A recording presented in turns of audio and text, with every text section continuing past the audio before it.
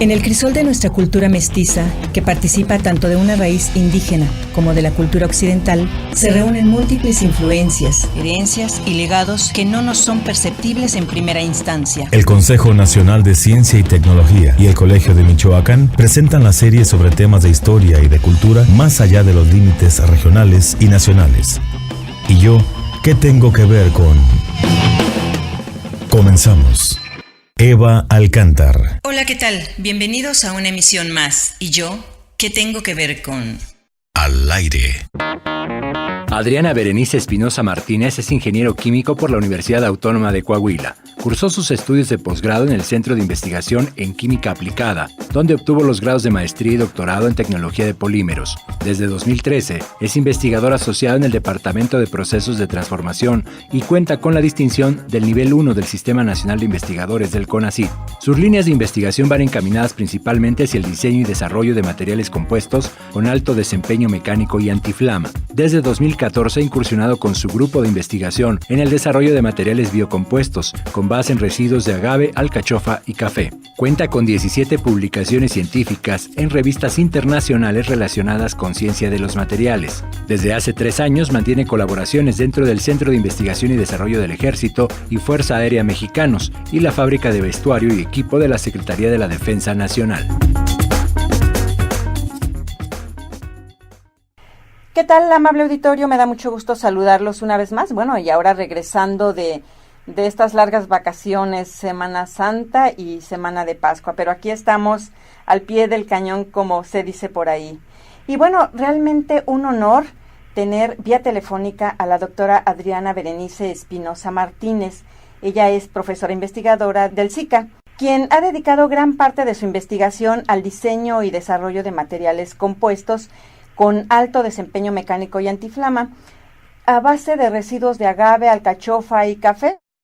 Así que antes de iniciar, le agradezco infinitamente, doctora Espinosa, el que haya aceptado tomar la llamada para compartir a nuestros radioescuchas estas maravillas que está llevando a cabo junto con su equipo de investigación. Eva, pues muchísimas gracias por la invitación. Un saludo también a todo el auditorio que nos está escuchando. Y pues muy agradecidos. Ojalá que el tema y la plática, ¿verdad?, que vamos a tener sea del agrado de todos ustedes. Por supuesto que sí, doctora. Y bueno, vamos por partes. Usted misma ha señalado que existe mucho desconocimiento en lo que se refiere a la industria sobre el tratamiento de plástico. En este contexto, doctora Adriana, explíquenos por favor en general qué son los plásticos y cuál es el tratamiento que se le da. Claro que sí. De manera muy general, Eva, les comento que los plásticos son materiales sintéticos, ¿verdad? ¿A qué nos referimos? Pues que son creados por el hombre. En este caso, los plásticos pues han venido a sustituir muchos materiales, como la madera, el acero y los cerámicos, principalmente para satisfacer algunas necesidades del ser humano. En este caso, ¿verdad?, el tratamiento de los plásticos que se les da, refiriéndonos en particular ya una vez que se ha usado, es complicado y hay muchos mitos alrededor de esto, ¿verdad? Sí. El tratamiento que se les da a los plásticos una vez que se usan, pues es el confinamiento. Cuando existe el conocimiento de cómo separarlo, y a eso nos referimos. Uh-huh. Hay centros de acopio, hay personas que nos ayudan en esa parte, pero de manera general, debido precisamente al desconocimiento, nosotros como consumidores de productos plásticos, que pues están en toda nuestra vida uh-huh. diaria, no sabemos cómo separarlo. Ese yo creo que es uno de los principales problemas culturales y sociales que existe alrededor del plástico. Así es. Y bueno, ¿cuál es la magnitud del problema de contaminación por los plásticos, doctora Adriana? Mire, en realidad no se tiene una contabilidad acerca de qué tanto han impactado los plásticos al medio ambiente, pero me gustaría compartir, si me lo permiten, ¿sí?, algunas estadísticas interesantes acerca del consumo y producción del plástico. Bueno, mire, de inicio tenemos nosotros una producción a nivel mundial de plásticos en el periodo de 1950 al 2015 en millones de toneladas de 8.300. No es producción anual, o sea, es una cuantificación en ese periodo de tiempo. Tenemos 8.300 millones de toneladas de plástico en producción primaria. Wow. Es una cifra realmente alarmante. Alarmante, ¿verdad? Sí, claro. Bueno, los plásticos en uso, de toda esa cantidad inicial que les comentaba, es de 2.500 millones de toneladas. Esos son los que aún están en uso. Por ejemplo, que tengamos en nuestra casa cubiertos de plástico, una silla de plástico, cosas duraderas, ¿verdad? Y que las tenemos por ahí en estante. Uh-huh. Ahora bien, tenemos como desechos de todo esto, de la producción o la cifra inicial que les manejaba de 8.300 millones de toneladas, sí.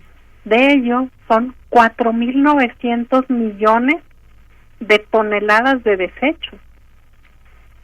O sea, es casi el 50%, ¿verdad? Estratosférico. Sí, de los cuales, por ejemplo, hay 800 millones de toneladas que son incinerados. Por ejemplo, las llantas, ¿verdad? Es un problema con las llantas porque no podemos darles una especie de reciclado por características del producto, ¿verdad? Es un producto complejo y que no fácilmente lo podemos reutilizar. Uh-huh. Entonces, y ahora bien, ¿verdad? Hay comunidades que aún tienen muy arraigada la costumbre de incinerar sus residuos, porque pues antes no representaba un problema. ¿A qué nos referimos con incinerar? Incinerado nos referimos, por ejemplo, a quemar, ¿verdad? Uh-huh. Quemar el material, uh-huh. Hacer como especie de fogatitas, ¿verdad? Y pues ahí quemar los residuos para deshacernos de él, lo único que quedarían serían cenizas. Uh-huh. Sin embargo, hay algunas industrias, no me atrevo a especificar cuáles, pero algunas de ellas utilizan residuos, entre ellos algunos plásticos, para usarlo como combustible, ¿verdad? En procesos que necesitan altos requerimientos de tipo calórico. Sí.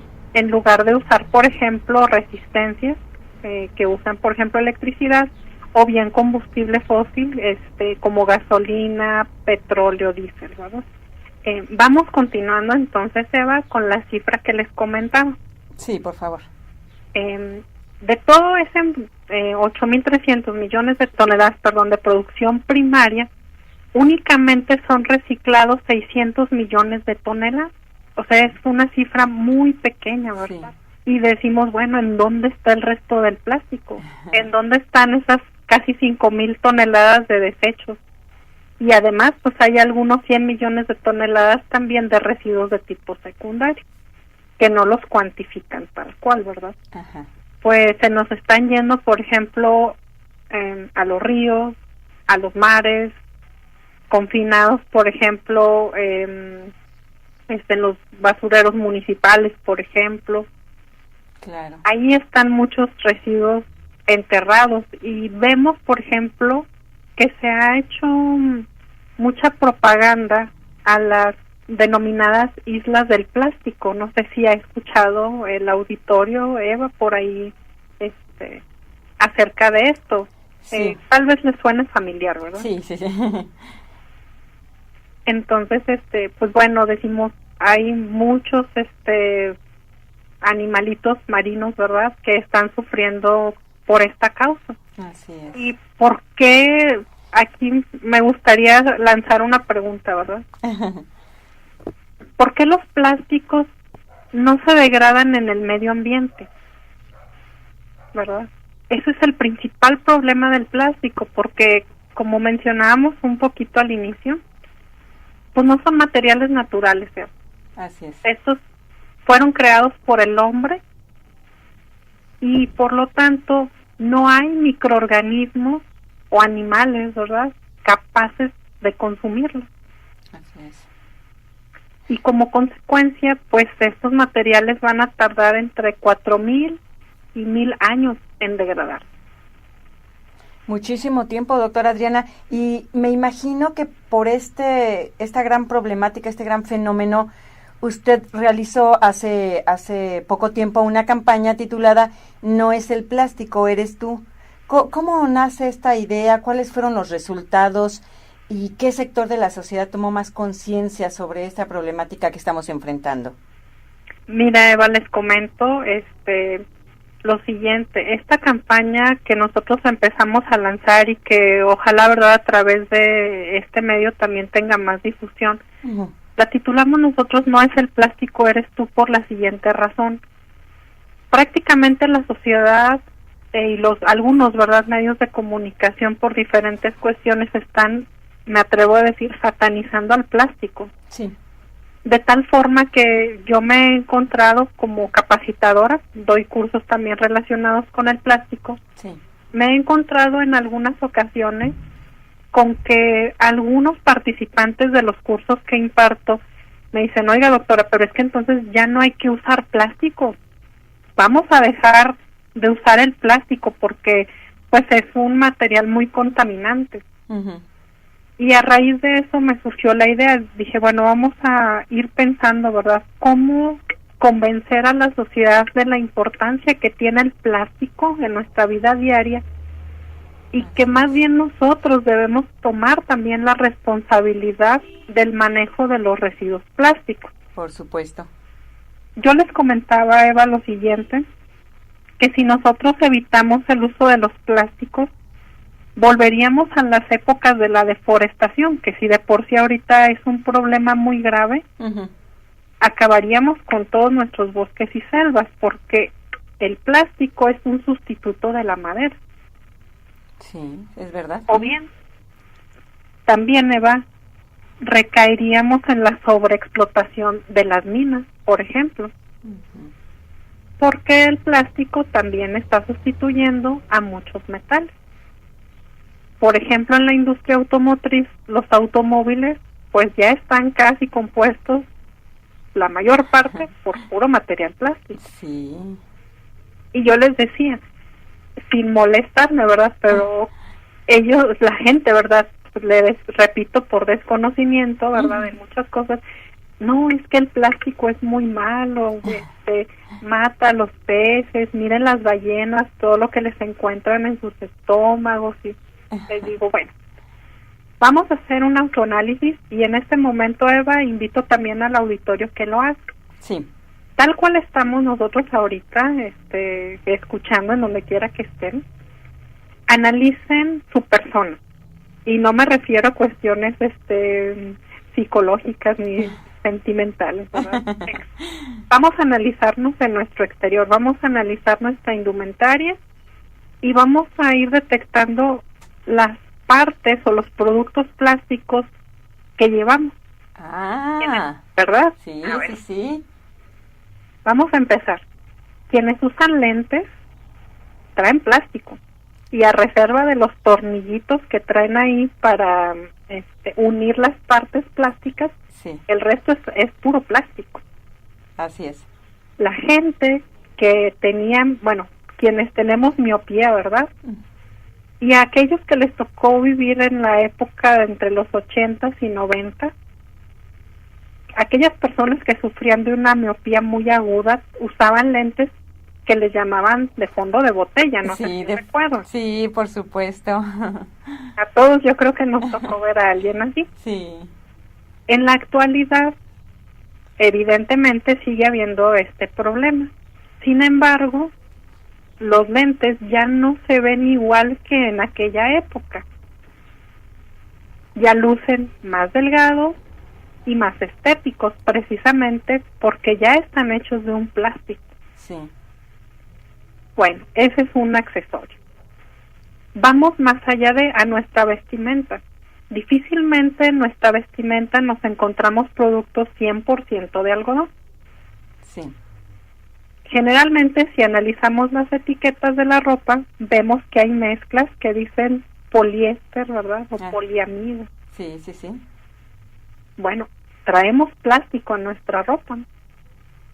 En nuestro calzado es más evidente, las suelas de los zapatos, de los tenis son totalmente de material plástico. Sí, ya todo ahorita es sintético. Así es. Pero vamos ahora más a profundidad. Vámonos a la parte de ortopedia y vámonos a las prótesis ortopédicas. Ah, ¿también? Claro, las prótesis ortopédicas tienen componentes plásticos que sin ellos sería un caos y el hueso sufriría mucho. Por ejemplo, en los casos anteriores, por ejemplo, en las implantes dentales o para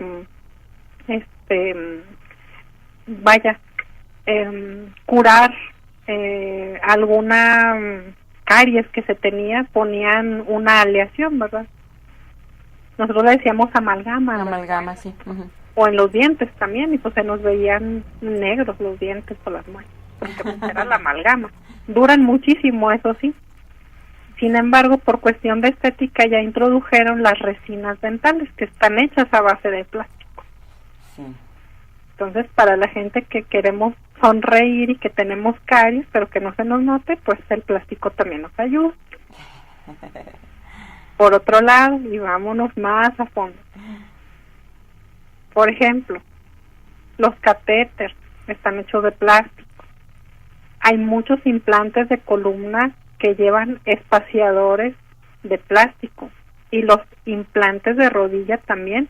Cuando hacen una cirugía que los médicos le llaman artroplastía total de rodilla, uh-huh, trae componentes metálicos y trae un espaciador de tipo plástico que le dé el amortiguamiento al paciente para cuando vaya a caminar.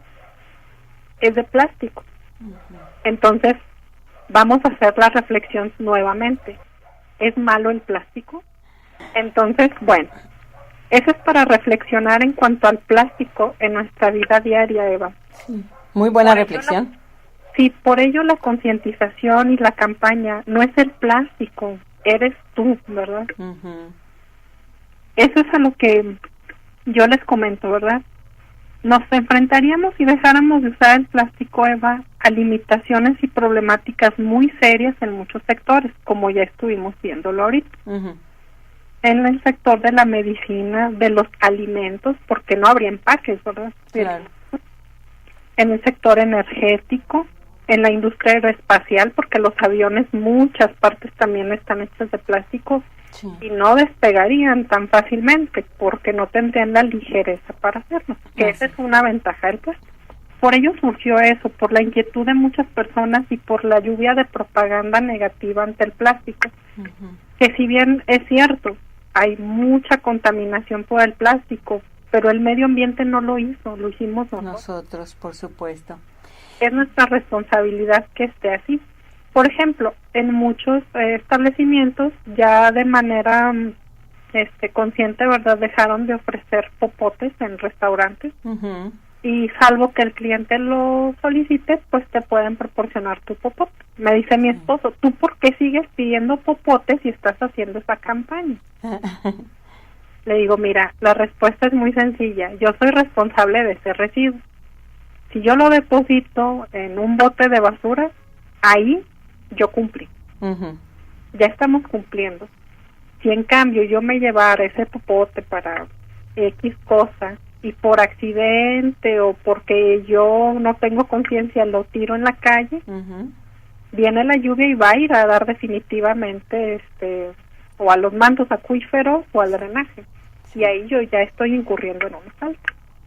Sí. Entonces hay que ser nada más responsables, Eva. Es a lo que yo los quiero invitar, ¿verdad? El manejo de los residuos plásticos no solo es responsabilidad de quienes los fabricamos o de quienes los estudiamos, sino también de quienes los usan. Los usamos, claro. En una ocasión a mí me causó molestia porque estábamos de paseo mi esposo y yo, les comparto, uh-huh, y tocamos parar en un semáforo y un señor tiró justamente una botella de plástico, de las de PET, de agua, y bajé el vidrio y le dije, señor, se le cayó una botella.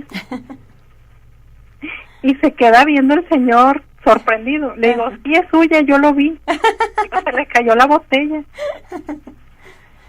Y se bajó el señor y la recogió. Le dio más pena, pues qué bueno. Sí, pero ¿cuántas personas se atreverían a hacer eso también, verdad? Sí.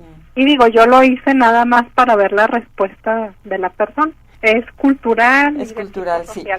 Así Va es. muy enfocado a los valores, Eva. Y yo pienso que ahorita estamos muy a tiempo, quienes, bueno, todos los papás, ¿verdad?, que tienen hijos en la actualidad, es responsabilidad en el hogar, no de los profesores. Claro, desde nuestro hogar debemos comenzar con esto. Claro, y enseñarles, ¿verdad?, o sea, que no es malo el plástico, simplemente, mira, hijito, vamos a separarlo, ¿verdad? Y hay muchas cosas que se pueden trabajar desde chiquitos.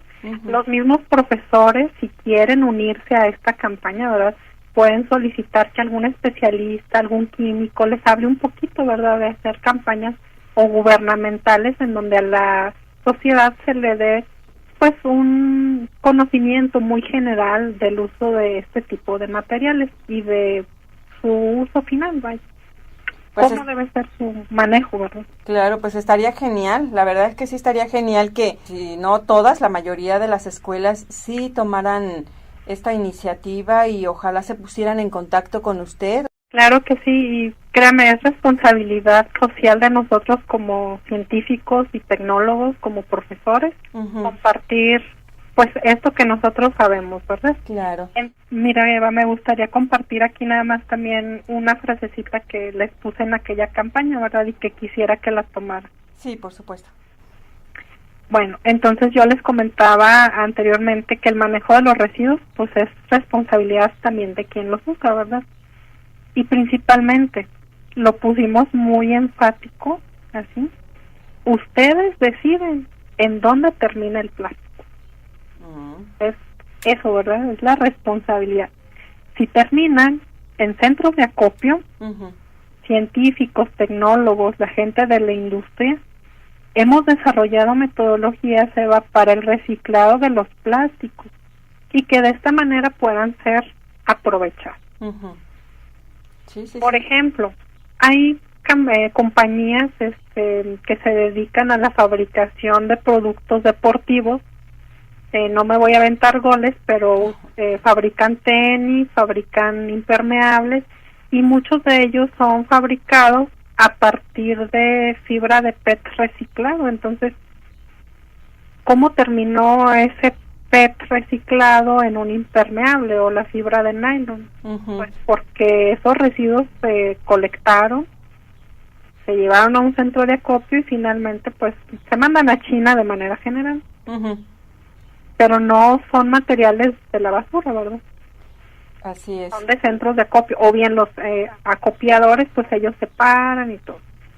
Pero si terminan estos residuos plásticos en los mares, ríos, en el suelo, nosotros, como científicos, tecnólogos, industriales, no vamos a tener manera de ayudar. Así es, doctora Adriana. Y bueno, ¿por qué se necesitan plásticos amigables con el medio ambiente?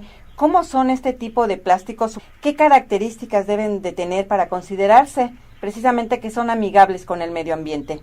De acuerdo, Eva. Mira, respondiendo un poco aquí, sin este afán de ahondar mucho, los plásticos amigables con el medio ambiente están diseñados para las personas irresponsables. Por ello surgen los plásticos amigables con el medio ambiente. Para no preocuparnos si una persona irresponsable llega a tirar una botella en la calle, llega a tirar un popote, llega a los mantos acuíferos, llega a los ríos, llega a los mares, no tener que mortificarnos porque ese plástico va a hacer un daño al ecosistema, llamando flora y fauna. Si tiramos una bolsa, por ejemplo, de las de supermercado, que tampoco vayan a la garganta de la tortuguita que tanto nos han bombardeado con esta imagen. ¿Cómo son? Ya hablando para diferenciar un plástico convencional, Eva, en un plástico amigable con el medio ambiente. Ha habido diferentes desarrollos a nivel nacional e internacional, Eva, de este tipo de plástico. En este caso hay varios tipos. Hay plásticos, por ejemplo, que son completamente biodegradables y otros que se llaman parcialmente biodegradables. Si me permiten, les explico.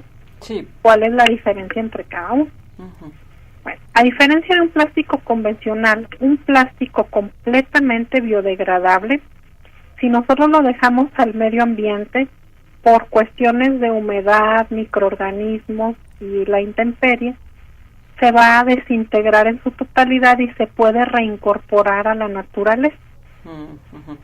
Esa es una característica y ya lo hay, ¿verdad? Ya hay plásticos amigables con el medio ambiente de este tipo. Por ejemplo, hay un plástico que se llama ácido poliláctico, que mejor conocido como PLA, y que ese plástico ahorita todavía es algo caro, pero ese plástico nosotros sí lo podemos biodegradar. Podría ser hasta compostable. Si nosotros lo llevamos al relleno sanitario, también ahí se va a degradar, por efecto de humedad, les decía, radiación solar, etc. Ese es un tipo de plástico. El otro tipo de plástico es el que le llamamos nosotros parcialmente biodegradable. Sí. ¿A qué se refiere parcialmente biodegradable? Vamos a tomar la palabra inicial. Es decir, que no se va a desintegrar en su totalidad. Vamos a ver cuál es la diferencia. Ya vimos que uno es un plástico que es así totalmente degradable. En este caso, el otro material contiene la combinación de un plástico convencional, o sea que no se va a degradar, pero contiene residuos agrícolas, por ejemplo, o un material natural, como los que nosotros hemos estado trabajando. Residuos agrícolas, no trabajamos con material para consumo humano, son residuos de la agricultura. Residuos de alcachofa, residuos de agave, residuos de café, por ejemplo. Con ellos hemos estado trabajando. Hay otros compañeros aquí en el SICA que han trabajado con residuos, por ejemplo, de soya, cascarilla de soya, residuos de cebada, entre otros. Entonces, estos son los parcialmente biodegradables, repito. Contienen un material plástico convencional y un relleno natural del tipo agrícola, una fibra, por ejemplo. Sí, que ayuda. Y le ayuda, exactamente. Porque, por ejemplo, reduce la cantidad de plástico convencional que traerá el producto.